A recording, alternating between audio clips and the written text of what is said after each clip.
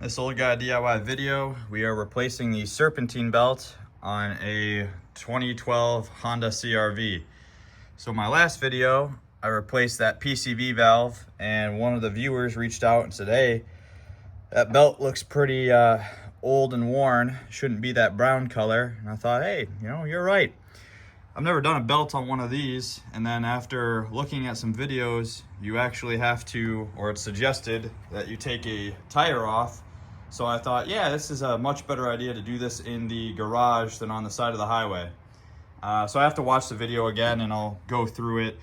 But I believe what we're gonna do is come in here and take out some of those little push pins and gain access. And anyways, we'll take you along for the journey. And then this is the new belt as suggested by Rock Auto. So it's a Gates Micro V K070663. First thing you do is take the coolant reservoir and pull that out. It's just held in that bracket. You just grab it from the top, twist a little bit, pull it out. Next thing we're gonna do is get that tensioner pulley. So it's the second one down here. Supposedly it's a 14 millimeter. And over here, I bought this gear wrench kit for a different job, specifically for Serpentine belts. So hopefully this makes a quick work of it.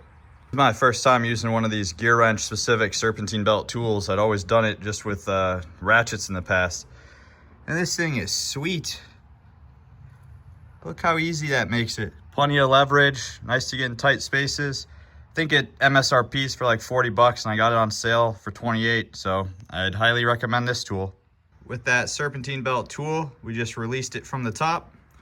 Now we'll come in here, and I believe all we need to do is take off this, and then we'll just fold this part down so we can have access. For this part, for years I'd just been using screwdrivers to pry this or whatever. I finally bought this cheap Pittsburgh set. I think it's like 11 or 12 bucks at Harbor Freight. Should make quick work of these.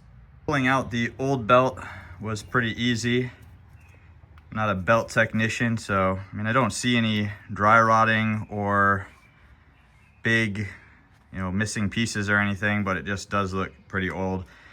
Anyways, this is the easy part. Hard part is gonna be getting it back in there, I believe.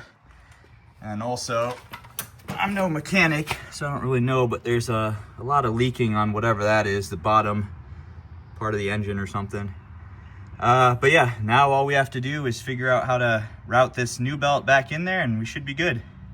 For about 30 minutes of struggling with this thing, I think I finally have it routed properly. It's a tight belt, man, and the issue is up here on this top pulley, the rib side is facing down. On the actual idler, it's the flat side. So what you'd want to do is put the idler part on last because it would be easiest. However, I couldn't get onto that bolt to adjust it. So anyways, I just had to kind of manhandle it and force a lot of weight and leverage onto this. But hopefully it's replaced and we start it up and nothing blows up.